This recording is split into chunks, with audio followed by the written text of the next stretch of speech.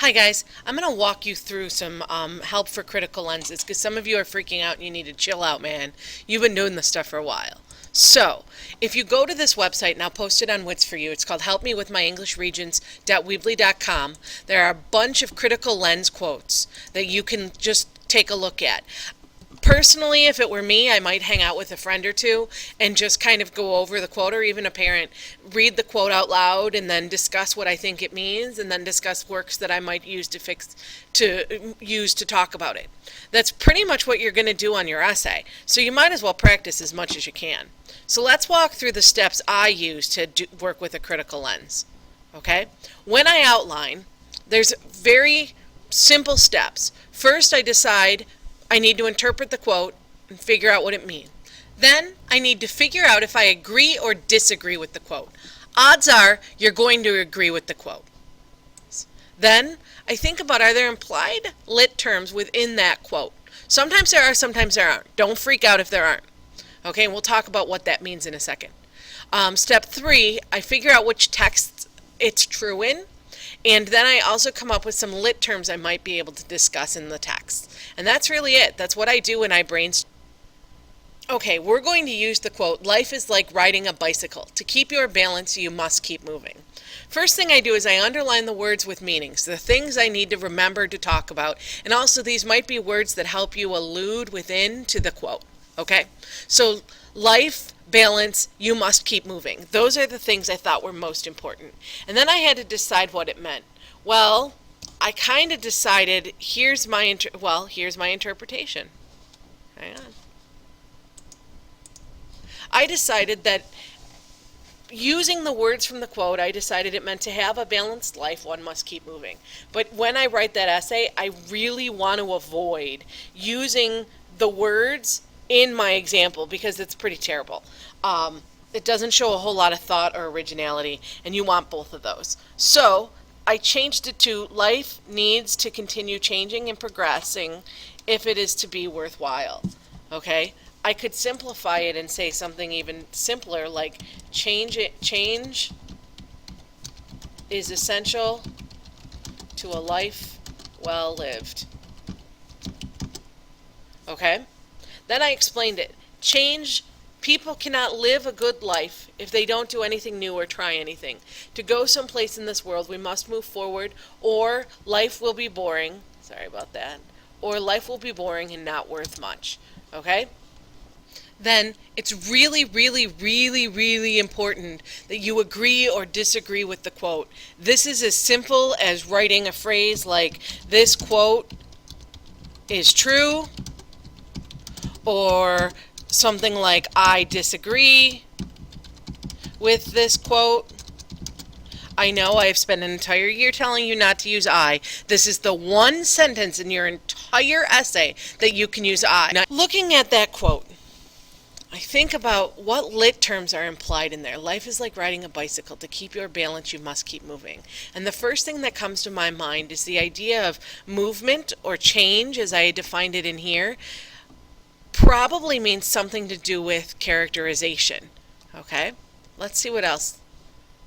Conflict is also clear in that because change often causes conflict, and in order to change, sometimes there's a process involved in that. And then the idea of theme, okay, was pretty clear to me too, because I'll give you a hint. Every one of these quotes represents some sort of theme, okay?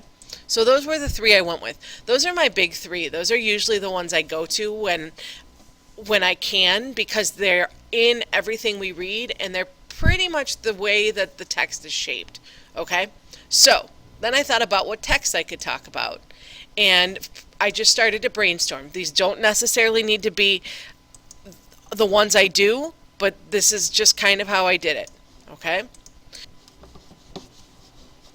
So I started talking about Macbeth, and I thought about if that quote was true. And I decided that when he was a soldier, his life was balanced. But when he gets too big for himself and he stops moving forward because he killed the king, so there's really no progress for him, he becomes aggressive and he loses his emotional balance because he's stagnant. And then I talked about Duncan, and I thought about how Duncan trusts him. And so in some ways, trusting someone is a problem because it makes you content and then you stop moving forward. And then he died. I'll be honest. I don't like using Macbeth for this example. I feel like I'm going to have to explain too much, so I'm probably not going to talk about Macbeth. Okay? Raisin in the Sun, though, is probably a good one. Looking at the quote again, okay? The idea that to keep balance, you must keep moving. And really, one of their big struggles in the play is that they are stuck in one place, and so they are unbalanced. They need to move forward, and that conflict, literary term, that conflict is a real problem for them within the book. Moving forward is one of the themes, okay? So here's three of the ways that they wanted to move. They wanted to move upward to get out of the terrible apartment and buy a house. Her whole idea is family. Okay, Walter wants to move upward and get rich because his whole idea is money. And Benitha wants to move forward and get an education and move up in society. I think Raisin in the Sun is probably one of the strongest ways to connect to this idea because they're imbalanced because they can't move. And then once they decide they're going to move, their whole world gets better. Okay? And I started to think about what literary elements I would use in order to talk about it. And I could talk about how one of the themes of the novel is moving upward and the movement in society of African Americans, and then also the importance of character and the fact that Walter is a dynamic character, and also that moving is one of the big conflicts within the text.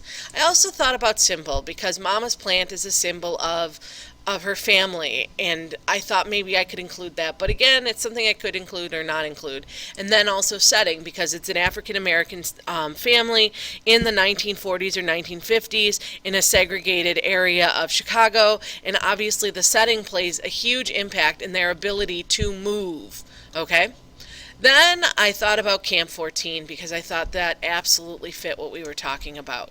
So here's what I looked at. That in Camp 14, he lives for food and sees freedom as food. So for him, movement, physical, actual movement, okay, moving forward physically, keeps him balanced because it keeps him fed. And then I thought about the physical moving forward he has to do once he escapes from the camp in order to begin his new life. Otherwise, he'd be set back to where he was. So for him, life begins once he starts to move away from North Korea. And I have to make that clear within it. And then lastly, Shin struggles, like many North Korean defectors, to find balance because his life is no longer based on survival. So I'm sure I could spend a lot of time there talking about how important movement was in order to survive, and now how movement and being informed and sharing what he knows really changes everything he does. So once I've done all of this, I really like to go back to that quote and try and find sentences or a sentence or two I could throw in my body paragraphs more clearly connected with the quote. So once I figure out what I want to talk about, I really try and make that explicit connection with this quote.